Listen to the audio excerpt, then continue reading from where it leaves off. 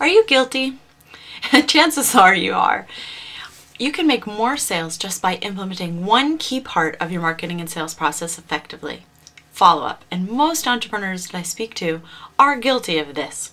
You've probably heard the phrase, the fortune is in the follow-up, yet still are struggling with it. Most of the business owners I coach start out with having a lot of problems in this area.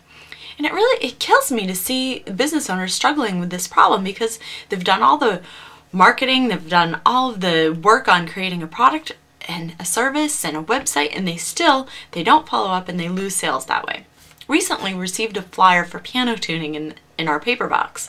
So my husband and I were really excited about this, because we'd fixed our piano a few years ago, and the guy came and he left with some of the parts, and he never came back 2 years ago. So, but that's another story.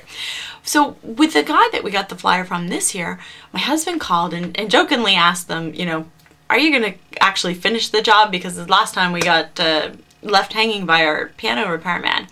And he explained what had happened and what we really needed, and that we were extremely interested in getting this done, especially at this time of the year, so that we can play the piano with all the family around. The piano guy said that they would call us back on Monday and schedule a time to come fix our piano. Still no call.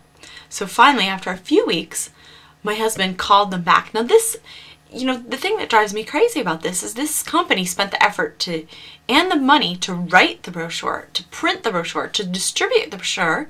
They had a qualified prospect that I would say was a very hot prospect that we were really excited to get our piano work done. We were dissatisfied with the results of our last person that we had worked with.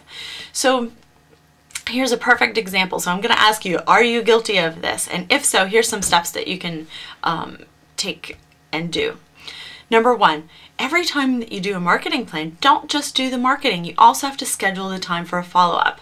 Whether it's a trade show, whether it's a product that you're putting, maybe you do a free coaching session for people or an introductory program for people.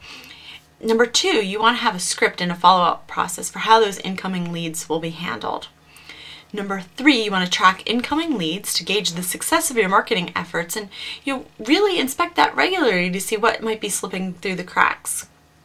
Number four, you want to automate this as much as possible with a good CRM system.